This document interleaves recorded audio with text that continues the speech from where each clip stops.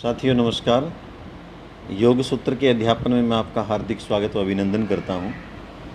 साथियों, जो योग दर्शन है उसके प्रणेता पतंजलि हैं और उन्होंने योग सूत्र 195 सूत्रों के द्वारा ग्रंथित किया। योग सूत्र में 4 पाद मिलते हैं: समाधि पाद, साधन पाद, विभूति पाद और कैवल्य पाद। जो समाधि पाद है इसमें योग समाधि का वर्णन है, इसके स्वरूप और भेदों की चर्चा की गई। साधन पाद में अष्टांग योगों का वर्णन किया गया: यम, नियम, आसन, प्राणाहार, धारणा, ध्यान, समाधि। विभूति पाद में योग से प्राप्त होने वाली सिद्धियों का उल्लेख किया गया और जो कैवल्य पाद है उसमें मोक्ष का वर्णन है। पतंजलि योग सूत्र पर सर्वाधिक प्राचीन जो भाष्य है और जो पहला जो भाष्य है वो व्यास का मिलता है, व्यास भाष्य। विज्ञान भिक्षु ने योग वार्तिक, एक वार्तिक ग्रंथ लिखा और वाचस्पति मिश्र जी ने तत्व वैशारदी नाम की जो टीका है वो योग सूत्र पर लिखी। जो योग है वह 25 तत्व सांख्य के और एक तत्व अतिरिक्त ईश्वर को मिलाकर के 26 जो पदार्थ हैं वो उनको मानता है। फिर से देखें, सांख्य के अनुसार पदार्थों की संख्या 25 है और जो योग है वो ईश्वर को भी मानता है। तो इस प्रकार योग में 26 पदार्थ हो जाते हैं। प्रत्यक्ष, अनुमान और आगम, यह 3 प्रमाण स्वीकार करता है। आगम का ही अपर नाम शब्द प्रमाण भी है। योग सूत्र का जो सबसे पहला जो सूत्र है वो है अथ योगानुशासनम। तो अनेक बार ये प्रश्न आता है कि अथ योगानुशासनम जो पहला सूत्र है उसमें जो अथ शब्द है वो किसका वाचक है?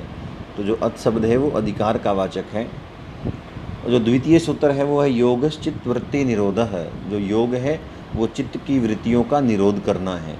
तो चित्त की वृत्तियाँ 5 स्वीकार की गई हैं: प्रमाण, विपर्य, विकल्प, निद्रा और स्मृति। इसी प्रकार जो चित्त की भूमि है, जो चित्त की दशाएं हैं वो भी 5 स्वीकार की गई हैं: अक्षिप्त,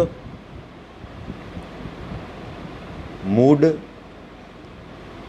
विक्षिप्त, एकाग्र और निरुद्ध। फिर से देखें, 5 चित्त की वृत्तियां हैं: प्रमाण, विपर्य, विकल्प, निद्रा और स्मृति।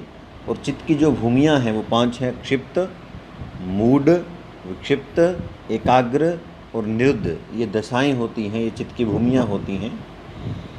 अब इन चित्त की वृत्तियों का, प्रमाण, विपर्य, विकल्प, निद्रा और स्मृति का जो निरोध है, चित्त वृत्ति निरोध है, योग की परिभाषा थी। तो इनका निरोध अभ्यास और वैराग्य के द्वारा किया जाता है। एक सूत्र आया है, अभ्यास वैराग्याभ्याम तद निरोधः। जो वैराग्य है वह 2 प्रकार का है: अपर वैराग्य और पर वैराग्य। जो समाधि है वो भी 2 प्रकार की पतंजलि ने योग सूत्र में वर्णित की है: संप्रज्ञात और असंप्रज्ञात समाधि। अब जो ईश्वर की परिभाषा दी है वो हम ध्यान से देख लेते हैं। ईश्वर के विषय में पतंजलि योग सूत्र में कहा गया है: कलेश कर्म विपाक आशयी अप्रामृष्टः पुरुष विशेषः ईश्वर है।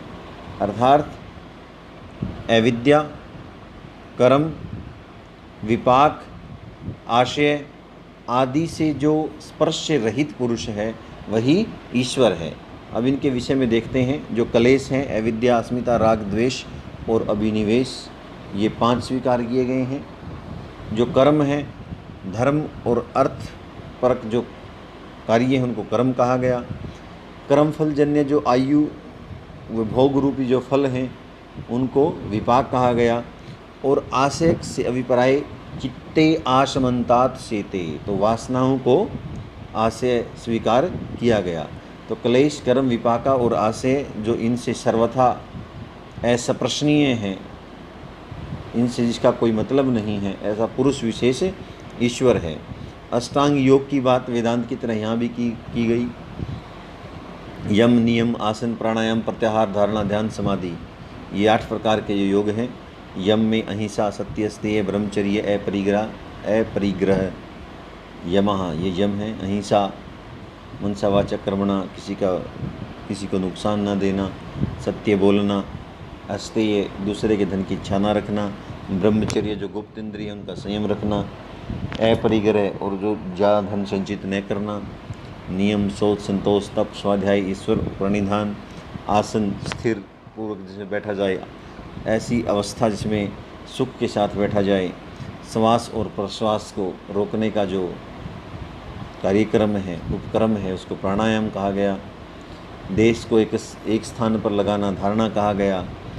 और तत्र प्रत्येक तांता ध्यानम, एक ही वस्तु पर एकाग्र हो जाना ध्यान कहा गया।